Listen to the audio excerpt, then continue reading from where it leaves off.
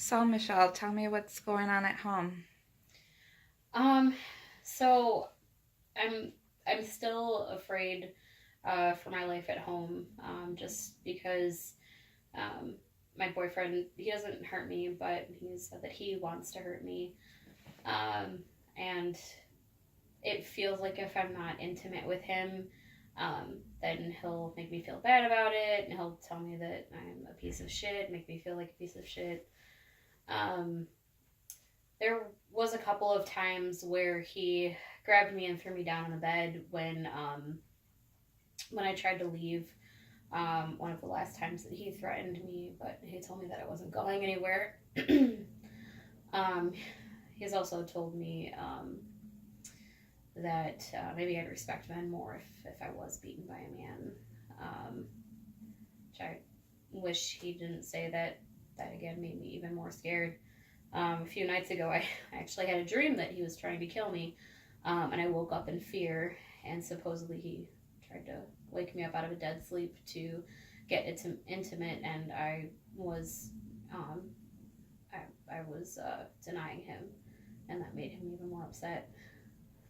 So, yeah, I don't really like where I'm at. I don't want to get out. Well, so I can hear your frustration. I can hear that you are scared, and what you were saying to me about how you are living in fear with your boyfriend, and that sounds like you're just walking on eggshells um, to live day by day. I mean, you can't even get a good night's sleep without um, living in that fear. Now, have you tried looking for a place? I have, and even with the income I have right now, a one bedroom is really hard Right. um, to afford right now. And what's even more difficult about the situation I'm in, it's not just me and him living together. My brother and his sister also live with us, and they became romantically involved without us knowing, and a baby was born as a result of it. And my brother is aware of the situation, and um, he's told me that he hopes that whenever they decide to leave the house when the lease is up, that I follow.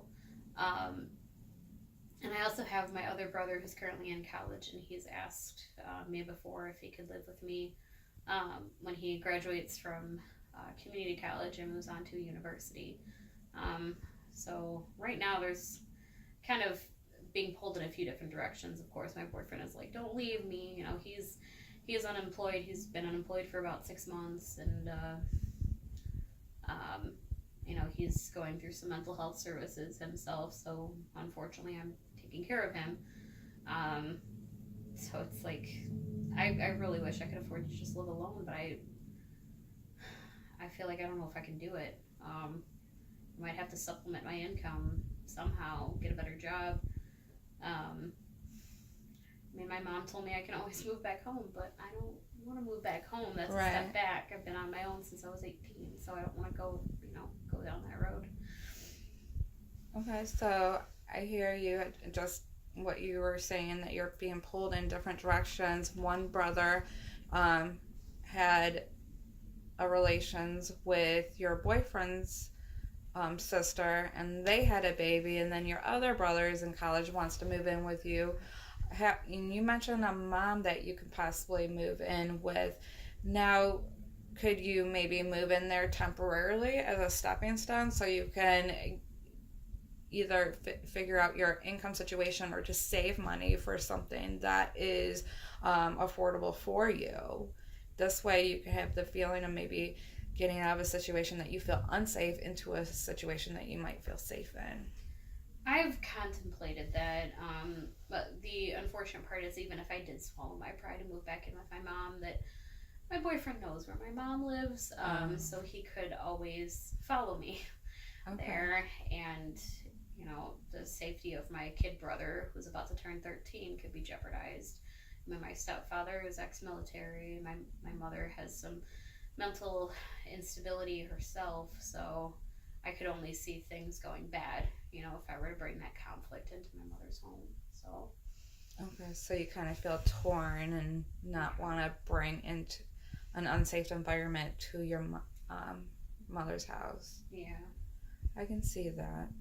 Um, what about there's some subsidized housing. Have you tried to apply for that? It goes by your income. Or maybe, does your brother work, the one that had the baby?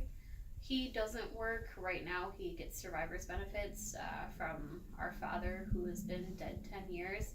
But that ends when he graduates high school, which is a few months from now. He has been looking at, some employment he can get, but he just turned 18 and he's a few months away from his diploma, so his options are limited. The mother of the baby goes back to work at Amazon in about a month, and Amazon has, really good benefits, but I don't know. I mean, I could just be stuck, no matter what situation I'm in. I could just be, taking care of people like I'm always used to doing. I know it's time to take care of myself, but it seems almost impossible at this point. Now, have you done what, in the past, how were you able to deal with crisis effectively? Shut down and walk away. And does that usually work for you? It depends if it follows me. Because usually whenever there's an issue, I always want to run. The only unfortunate part is at this point when I'm running, I have someone tugging on one or both of my arms going, no, no. Okay. Now,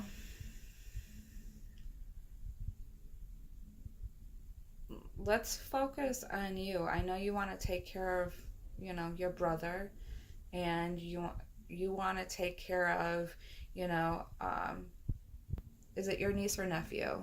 Niece. Your baby niece. And you want to take care of your other brother that is exiting out of college. Mm-hmm. And I get that, you sound like a nurturer and you want to just take care of the whole world, but you need to take care of yourself. You can't take care of yourself if you're not taking care you can't take care of anybody else if you're not taking care of yourself. Mm-hmm. So what are you doing to take care of yourself? So I have been back on my medication. I've been regularly seeing my psychiatrist and my therapist. It's great about the workplace that I'm at. I do have good medical insurance benefits, so I'm able to afford the co-pays for seeing my psychiatrist and taking my medicine.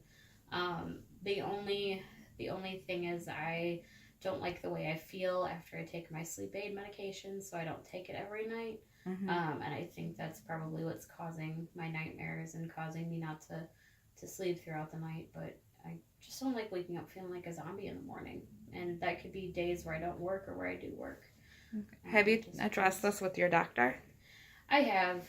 They said it's supposed to, just kind of, I'm supposed to get used to it and it's supposed to go away after a while. But I know me not taking it every night doesn't help either. So I'm just kind of creating an endless vicious cycle. Okay. Of that, so. Well, in the next couple of sessions, are you okay? Yeah, sorry, I just burped. Okay. In the next couple of sessions, I would like to maybe discuss with you about a program. I know of an agency that assists individuals fleeing domestic violence, because that situation you told me about your boyfriend is domestic violence, whether it's just verbally, emotionally, or physically. That is all a form of domestic violence. So they help with rental assistance, security deposit, first month's rent. I can give you that referral to see if you're eligible for those housing programs and see how you can utilize getting out of your situation so you can feel safe. And so you can, not walk on eggshells and try to be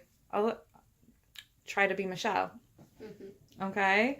And then next couple of sessions, we can also talk about goals and maybe some healthy coping skills, things that you maybe like to do that, that's all about you and not about taking care of others. And it's great that you want to take care of others, but like I said, you cannot take care of others if you're not taking care of yourself. That's true. So in the next couple of sessions, next week when we'll meet with you, I'll have that referral ready, Okay. and we'll discuss the process of getting you connected with that agency, and then we'll talk about utilizing until then healthy coping skills while you're in this situation, and take steps into moving out of that situation and just focus on you. Okay, sounds good. Thank you. Thank you so much. I'll see you next week. Okay.